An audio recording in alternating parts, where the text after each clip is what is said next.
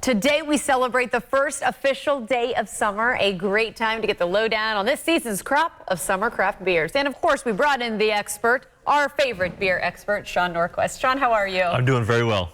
Well, we are doing very well now because you have brought us, the hippest summer beers out there, which so often we talk about how many breweries there are, and I know you've got a passion for going local. That's right. I really try to, anytime we go anywhere, and it's not just in St. Pete or Tampa or wherever, anytime I travel anywhere, I try to find out what's the local brewery, what's what are the locals going to, who are the people around town really talking about and trying to visit. So I try to make a point that when I am at home, I really support the brewers that are here in town. And of course, we have the best, right? Oh, of course. Naturally, Tampa Bay is really the epicenter of the Florida beer scene for sure. Well, you know what? Let's go ahead and see it. And as we were talking, we've been talking about the show Entertaining with July 4th, just right around the corner. Maybe people do want to have a summer soiree and they want to have beers, but they want to look hip and like they know what they're doing. Absolutely. Any tips? Absolutely. So first of all, think local, think small, think independent.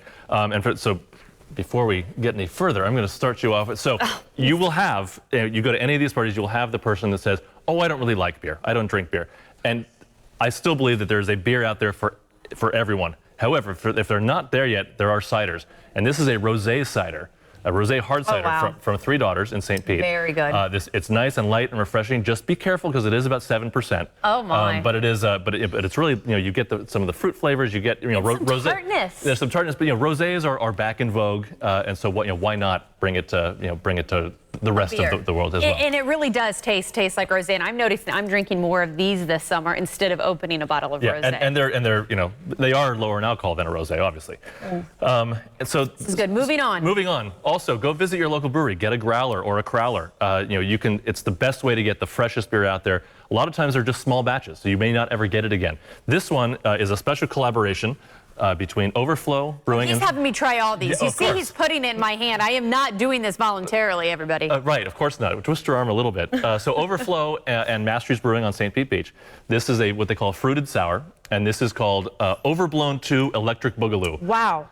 That is different from even the smell. So this is a fruited sour made with hibiscus and sage.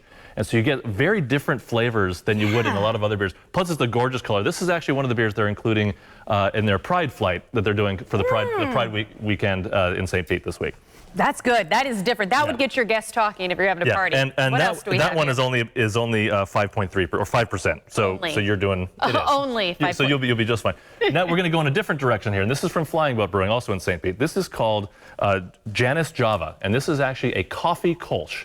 So it's a light German-style beer that they've now added roasted coffee to from Mazzaro's. I've never heard of it. A kolsch? Kolsch. It's essentially like a lager, but brewed with an ale process. So it's a different kind of yeast. If I saw kolsch on a menu, I would immediately be like, oh, that's got to be like heavy dark. I don't want to do that. Not at all. Kolsches are light. They tend to be, they're lighter. They're cleaner. But this is made with coffee, so you get a lot of that roasted coffee flavor, which you don't expect in looking at it. This is bizarre. This is totally bizarro world. You really taste coffee. You do, and because it's fresh roasted coffee, locally roasted. So it's a really great, especially for people who are like, well, I want something a little different, but I don't want to go too heavy. This brings a lot of that, those great cool flavors to it. Yes, I am digging that. Okay, and what do we have finally? Finally here from Cigar City in Tampa. This is called After Sesh. What we call a session ale, which means it's lower in alcohol, about 4.5%. This is one that they brewed with orange and lime and salt. And so it's, again, very refreshing, very, very light, got a lot of sort of tropical flavors with a little bit of almost a margarita feel to it. This is one that they did in collaboration with the Tampa Skate Park. And some of the proceeds of this beer go towards, it's called Boards for Bros. So serving the underserved population of kids to get them equipment and lessons stuff out on the skate park, to get them out to skateboarding and stuff. But it's a great summertime beer. They call it After Sesh. After you've had a really, whether it's skateboarding or running or just out playing in the sun and stuff, it's a good low alcohol but great flavored beer. That goes down really easy. Well, you know what? I'm so glad we talked about this because, again, maybe you always just want to go to the classics, but why not do something different this summer? These were great tips. Very good tips. Okay, well, let's pick one and cheers. Cheers. There we go.